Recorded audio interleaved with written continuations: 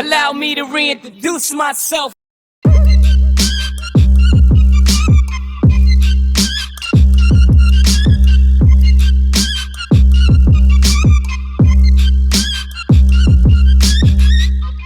We are going to be hopping into a game. It's another one of this home game that we play here with a friend here in the middle of bumfrick nowhere. Should be a ton of fun to hop into a game.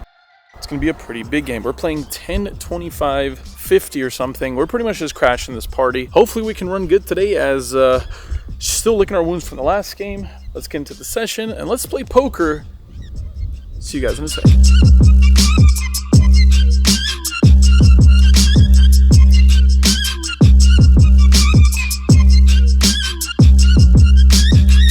It's been some time since I've been here, but we're back at the nest. But to open things up, we're playing 1025 and I'm in for 3,500 here. Playing some big stakes, you guys love to see it. This very first hand here, we're already getting put into the blender. When the button opens to 75, I'm in the big blind. I decided to 3-bet to 250 with king, queen of spades. The button calls and the flop is not very good as it comes 8, 7, 5 with 2 diamonds and a spade. I decided to just check it over to my opponent and consider floating against his size, and he goes pretty small, so feels like a little bit of a float is in order. Looking to pick up some equity, and we do, as it comes a 4 of clubs. By equity, I mean now I can make a straight on the board. When I check it over to my opponent and he bets 600, this is a pretty easy spot for us to relinquish, and just like that, we're 0 for 1. Some time has passed since the last hand, and some more unsuccessful 3-bets have lent itself to me being down about 1,000 at this point. Well, no fear. Seems like Mariano is here. When early position limps and he decides to raise it up for middle position to $100. The button makes a cold call. Small blind is where I am. I call with 8-7 of diamonds, a big blind and a limper call. We're going many away to a flop that gives me top pair. There's a flush draw out there and some straight draws to worry about. With the action checked over to Mariano, he bets 150. To be quite honest, this is probably a pretty decent hand. I don't think Mariano's just punting off multi-way with some random error. I decide to not take any of those signals, and I decide to raise to 500. One, because I think if I check the turn, I can get to a free river and realize some equity that way. And two, just in case, I think I can obviously still get called by some of his floats, like ace, king of spades, and some of his hands that are drawing, like ace, x of clubs. All that to be said, he decides to make the call, and the turn card puts all of the worry to rest when it comes to 8 of hearts. Now I improve the trips, and we go from kind of merge betting to just having flat out value. I just decide to go for it. I go all in for $2,100, and Mariano decides to fold. Finally, we're able to slay the dragon, albeit in a very small pot for him, but we won a pot. The session continues to press forward. When I'm in early position and I look down at ace queen off, at this point that $50 straddle is on. I raise to 125 here. I don't know why I didn't make it 150. Next act makes the call. The button decides to 3-bet to 450. Only I end up making the call here. We're going off to a flop in which I flop a gutter ball. I do have the ace of clubs as backup here as there is 2 clubs out there.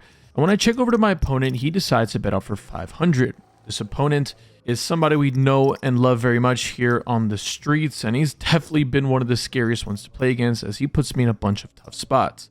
All that being said, we can still make the nuts. I make the call. The turn card is a 9 of spades. Doesn't change anything for me.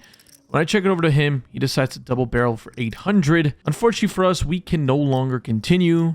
Please do not pass, go to jail, or whatever the heck they say in Monopoly. We have to fold, we relinquish, and at this point, things are getting kind of swingy. Honestly, I was kind of beating myself up in that last hand, as I feel like there was an opportunity for me to go for that 4-bet pre-flop, and I decided to err on the side of caution. Either way, that's definitely hitting me or like nipping in the back of my head. When this next hand happens, where I race to 75 from under the gun, middle position calls, and middle position 2 decides to 3-bet to 350. It's the same character from the last hand who's deciding to raise us. It folds back to me, and I think over a while, I have about 2,300 in my stack at this point. It's about 100 big blinds or whatever, but who the hell cares? Let's just frickin' go for it. I go all in for 2,300. The action gets back to him, and he calls pretty quickly. That's not good, and even worse so when he shows pocket tens. We decide to throw out 2 boards out there, and the first one comes with a beautiful ace on the window. The board comes out with 2 bricks. The second board, once again, is a little sweaty as it comes 7-5-3. Looking for an ace or a 7. Turn is a 9. Is it coming? Not today. We end up chopping this pot as the river comes to 3 of clubs, but you know what they say. Everyone loves a chop pot. The hijack decides to raise it up here. I decide to make the call with ace-9 of hearts. A little bit of a larger open from our opponent, but so be it. The small blind decides to 4-bet, or 3-bet I should say, to 400. The initial raiser folds, and I decide to make the call. We're immediately given the benefit of running good when the flop gives us trips. With the action starting off with our opponent, he bets out for 300, and I don't need to let the cat out of the bag just yet. I make the call, looking to lay the trap here, and the turn card comes the 6 of diamonds.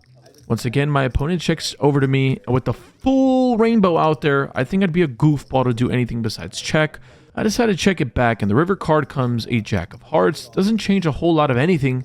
With the opponent checking it over to me, I have about $1,400 left in my stack. And if there was ever a time to go for it, it seems like right about now. I don't know what the heck kind of bluffs I'm going to have here, but one thing I can say is that people don't like folding all that often. I decide to go all in. My opponent is now in the tank. Shout out to him, by the way, Mr. Brian. Met him at the Morongo. Seems to be an avid viewer of the vlog, and I'm very thankful for that. And I'm even more thankful for him deciding to eventually make the call. Unfortunate for Brian, but luckily for us, we're able to take this big pot down and finally get us over the stuck part. Middle position decides to raise it up to 75. The button and the small blind call. I'm in the big blind. I decide to make the call with queen 10 of spades.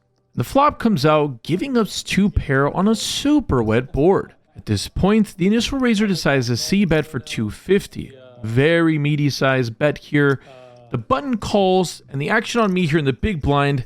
We're in an interesting spot. What would you do here? Well, feels like to me, the raise option is the most important and the most likely to work for me, so I go ahead and raise it up here.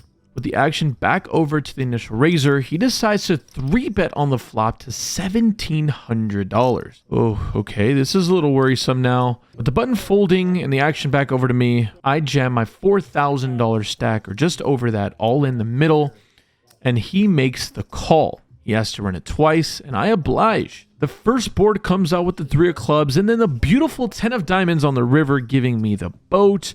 And the second board comes out with the king of hearts on this turn. Ugh, that sucks. Any jack makes it straight.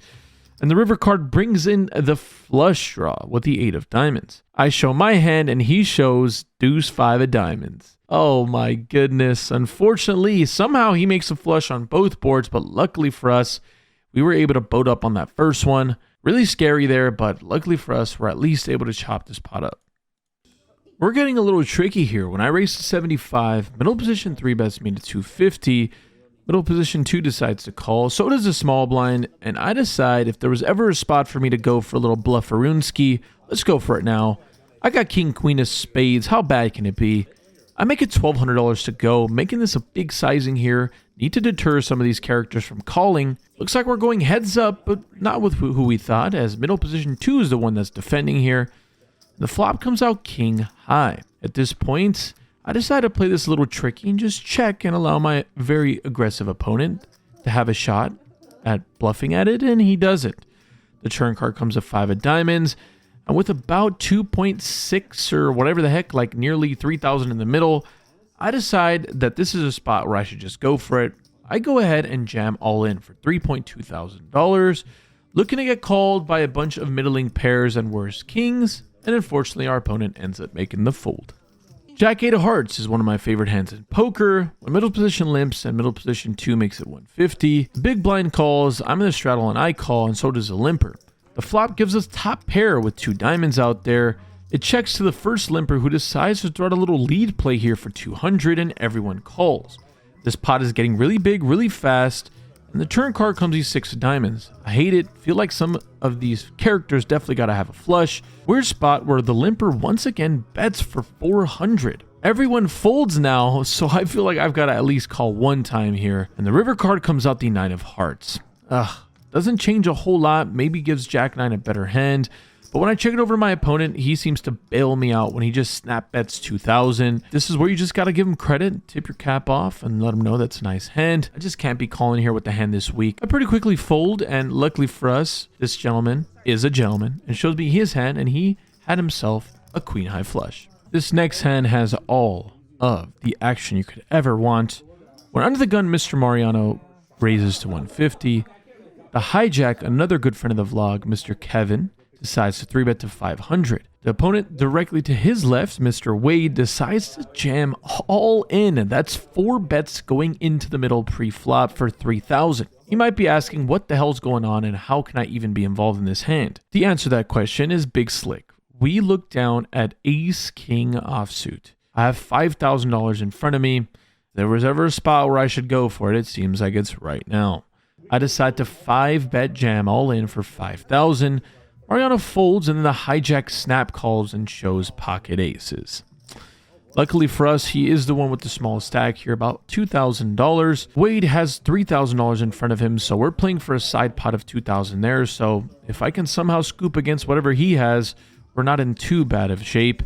The flop comes out queen jack 6. We're running 2 boards, and this is the first one. We flop ourselves a gutter ball. The turn's an 8, and the river we needed bad comes a 10 of hearts. And if that's not crazy enough, Wade exposes pocket 10s. The second board comes out king high, nearly locking up at least the side pot against Wade, and a chance at winning this entire pot to myself. The turn card comes the deuce of spades, and the river comes the queen of spades. Unfortunately, we are not able to win the pot in total, but still, we scooped the side pot and chopped the main pot against aces. Hey, I haven't been running good for the entirety of the session, but when you complain, things seem to work out, right? Is that what they say? Wine it in? Getting over to the latter half of the session, I'm in the straddle. There's an under the gun raise to 150. Late position calls, and I decide to call with my ace jack. The flop comes out ace 4 deuce with 2 spades. This checks to late position, who decides to bet for 100. I decide to make the call as well, and then the initial raiser check raises to 500.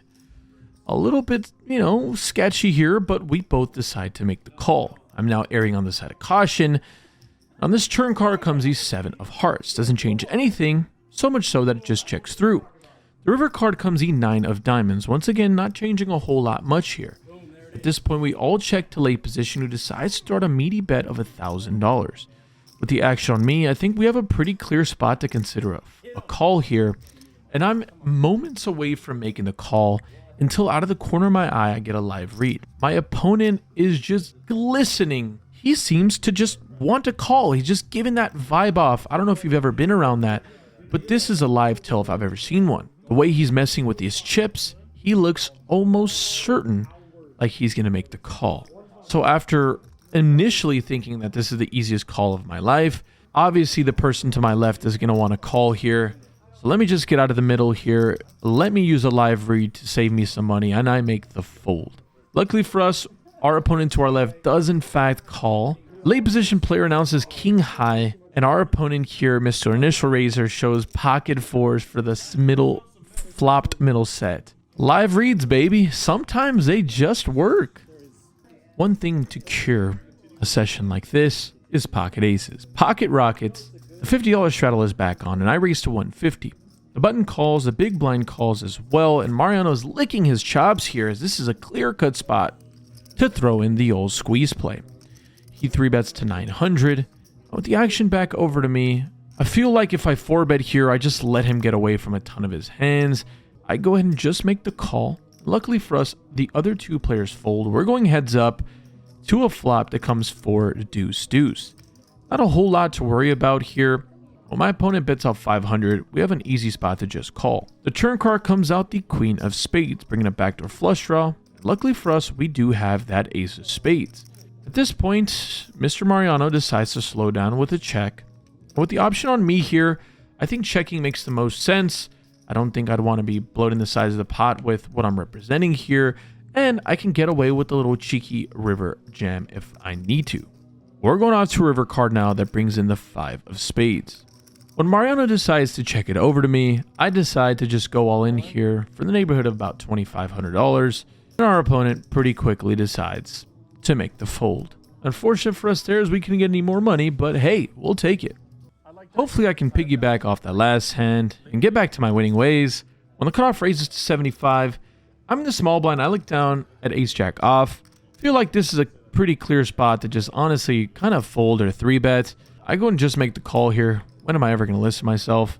And the big blind calls as well. We're going 3 ways off to a flop where I end up with top pair. At this point, we check it over to the initial raiser who bets 150. We have an easy call. The turn card comes a queen of diamonds, bringing it back to our flush and putting another card over my jack out there. A little scary for sure, and obviously some 2 pairs can be out there, some straights come in. When I check it over my opponent, it hits me. He bet 600, but I realize that I'm pretty capped here. I'm never going to have anything really strong outside of maybe jack 10 sometimes. He's got this good old-fashioned thing called range advantage, so after quite a bit of tanking, I just decide to make a hero fold here on the turn. And later on, our opponent would tell me that he did in fact have better than 1 pair, so I feel good about my fold here. The session is officially winded down, but we are still going for more. And the reason you guys clicked on this video is coming right up. I'm on the button. We're playing like 5-handed. The game is close to breaking, and I look down at American Airlines. Pocket aces. We raise to 150. The small blind decides to call, and then the straddler 3-bets to 750. This is a really interesting spot here. The short-handed dynamics are definitely relevant here. And at this point, as opposed to earlier, I think we can definitely get away with 4-betting here, as I'll definitely have things outside of aces. I make it $1,900 to go, and this is where it pays off. 4-betting hands like ace-5 suited and king-queen suited earlier. We finally got a massive magical hand. We're looking to get value. Things happen quite quickly in very interesting ways, as the small blind tanks for quite some time before eventually deciding to go all in for $7,000. Now the action's back on the straddler and he's tanking forever. He thinks about it for some time before eventually deciding on the fold. Well, I have slightly less than 7,000, about 6,000 to be fair. And with nearly $13,000 in the middle, we obviously make this call, and this pot is ballooned up to a massive one. Our opponent exposes pocket sixes, and we're looking primed for a massive double up until the flop on the first board comes out 6 high. I guess this is where running it twice is not a bad thing. The turn card comes e5 of spades, and the river card comes e queen of spades. Unfortunately for me, I lose this top board. At this point, we're just looking to chop to get our money back, and it looks like that's pretty safe bet. When the flop comes out ace high, we flop ourselves a set as well. Turns of 5, rivers of 7, and the last hand of the session, fairly anticlimactic. Really big spot for us to really cement today's session with a massive win. But just like that, things unfortunately come to a wrap. I can do this with my eyes closed. It's too easy. Too easy. I can do this with my eyes closed. It's too easy. Pretty deflating, to say the least. $12,000 pot potentially come my way, ends up getting chopped, but as it goes sometimes. Today's session was quite the roller coaster, emotionally draining for sure, and playing it was really overwhelming. It was, stakes were huge. It felt like I anticipated playing 5-10, and God, I was super wrong. We ended up just playing pretty much 25-50 for the whole thing. So, nonetheless, super thankful for the boys for inviting me out. It was a really good time, and it was really nice seeing Mariano there as well. Outside of that, we were into the game for 3,500, if I'm not mistaken, and out for 47.20. So, a profit of just above 1,200. We'll definitely take that. Obviously, things could have drastically been different. You know, it feels like a pretty good session all in all. I just want to thank you guys so much for watching these videos and coming and supporting. It means so much to me. I appreciate all the really kind words with the rebrand thing. Remember, I'm still close to broke, and there's nothing more that says that than our posts right here. I'm going to be dropping some new merch. I'll give you guys a quick sneak peek of it right here. If you guys happen to see this video down the line, you can even check out the website. It might be live for pre-sale. But yeah, I don't know. I think this looks pretty sick. You know, a little old-timey, a little more, I don't know. I just think it looks cool. And, you know, I'm your favorite donkey. I'll leave you guys with this. If you guys ever want to play with me in the private game, you guys can. It's on Wednesdays. Well, the days switch, honestly, but you can always DM me on Instagram. That goes a really easy way to get in contact with me. Aside of that, you can also play with me at the Lucky Lady every Sunday. That's a public game. We do 2-3 and 2-5. It's a ton of fun. I'm there every single weekend, and if I'm not there, I honor a splash pot every hour. That's pretty sizable until the game breaks. It's pretty fun. You guys can play with me on the Splash Squads. I live stream that every Sunday at PM. Yeah. Otherwise, hope you guys have a great day. Stay happy, stay healthy. More importantly, we're good at the tables, y'all. Deuces.